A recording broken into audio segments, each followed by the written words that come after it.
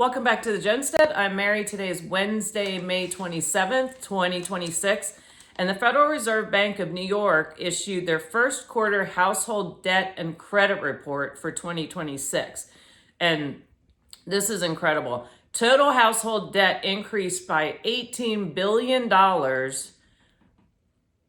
to reach $18.8 billion in the first quarter. So we're almost at $19 billion in revolving household debt in the United States of America. Now, to give you some context, in 2004, it was $8 trillion. After the pandemic lows, delinquency rates on credit cards and auto loans have rebounded to levels not seen since the great financial crisis in 2008. And according to a previous Fed report, while this current report is not showing a significant uptick, it's still maintaining the highest rates of auto loan delinquency that the Federal Reserve Bank of New York has ever recorded. And so while this particular report is showing a record household debt, your delinquencies this quarter haven't gone up outrageously or in an intense way, but they're still at record heights and still increasing. So that's very concerning. And they're very just kind of the way they word things, they make it very casual. Things are moving steadily along. I'm like, in the wrong direction. Anyway, and so the average household debt now is $105,000. And we know now average price of a home is about $400,000, which is just incredible. And they've really conditioned people to think, oh gosh, that's what a deal. I got it for $395. And localities, the local governments love it because guess what? When real estate assessments go up, they get more money in their tax coffers. Average mortgage debt is $105 trillion. Auto debt is $1.68 trillion that the American people owe on their cars.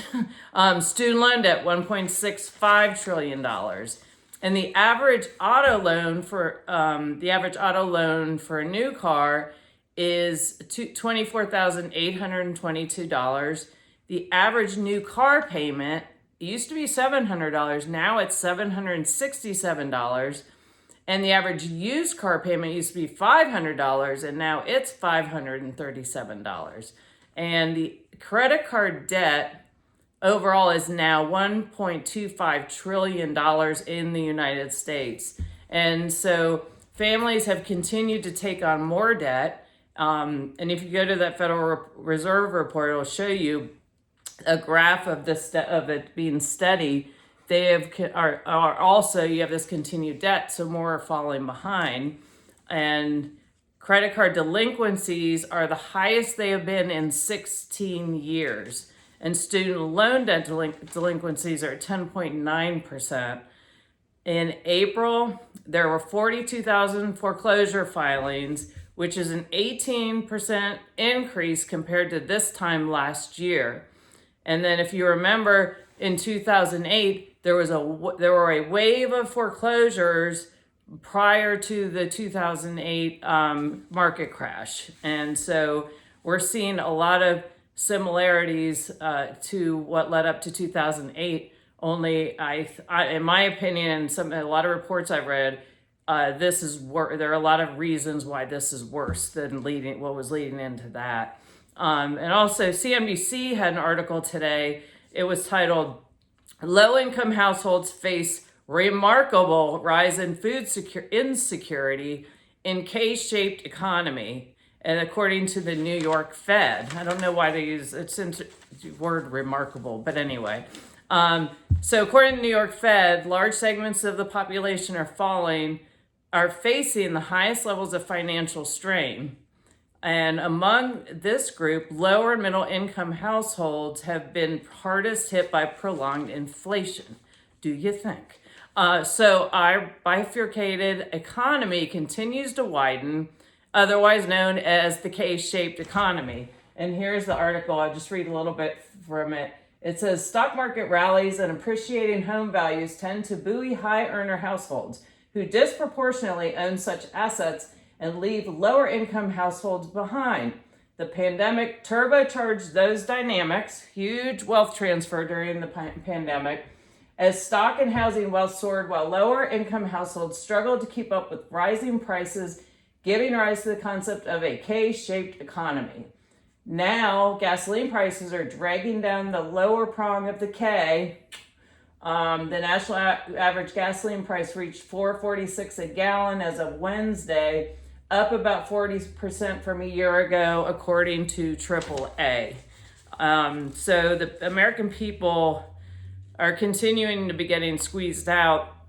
We were traveling over the last weekend to go to a memorial service, and we were to Ohio and back, and we did see, I think Virginia, things are kind of settling a little bit, but on some of our travels, we saw prices, I think I saw $4.76 as the highest price. Diesel was up there almost $7 a gallon, and the Strait of Hormuz is still not open. Last I checked, of course, that could change any minute now.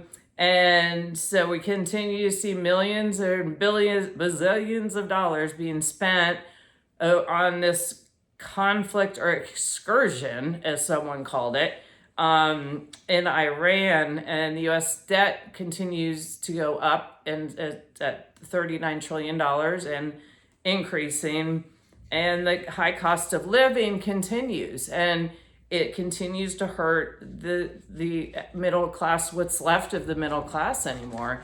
And I think a lot of people don't know what's happening because there are a lot of people out there that they look good and they smell good and they drive really nice cars, but they are in debt up to their eyeballs and they're literally living paycheck to paycheck.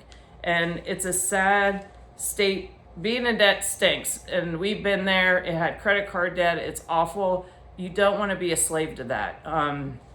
So definitely do whatever you can to either get rid of all of it or as much as you possibly can. That's possible. So I did see today that the Brent crude is now below $100 a barrel at $94.28.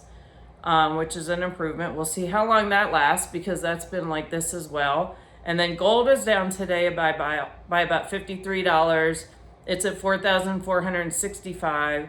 And silver is down about $2, $75.46, which are still significant increases over where the prices were last year.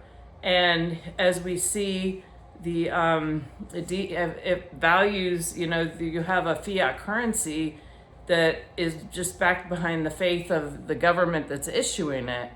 And you saw what happened in Venezuela, where the people literally they were burning wheelbarrows full of their dollars because they weren't worth anything.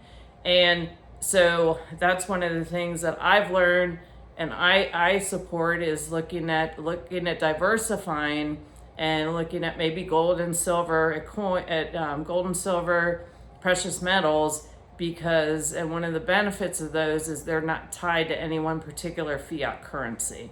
So not financial advice, just an opinion that I am sharing. And so again, I think it's really important for people, honestly, the people in power, they want people broke and they want them kept in this slave system and continuing to be beholden and living kind of paycheck to paycheck and not really being able to live their lives and while they continue to go on their excursions.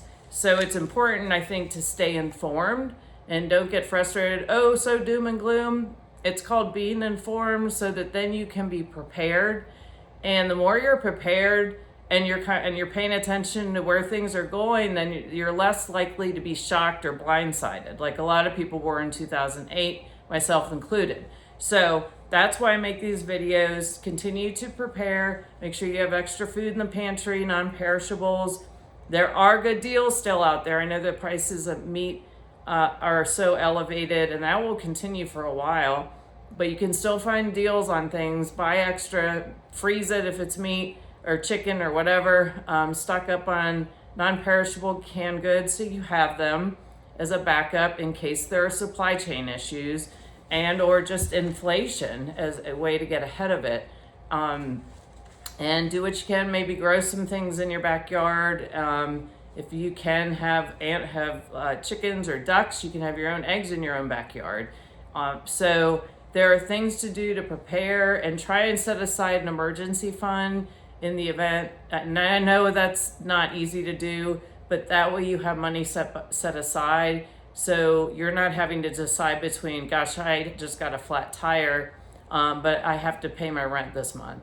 And if you have that money set aside, then you have a buffer in the event that you have an unexpected something, and unexpected somethings always unexpectedly appear, don't they? Especially at the most inconvenient time. So anyway, I thank you all for watching. Please like, subscribe, and share, and I look forward to talking to you again soon. Have a great day.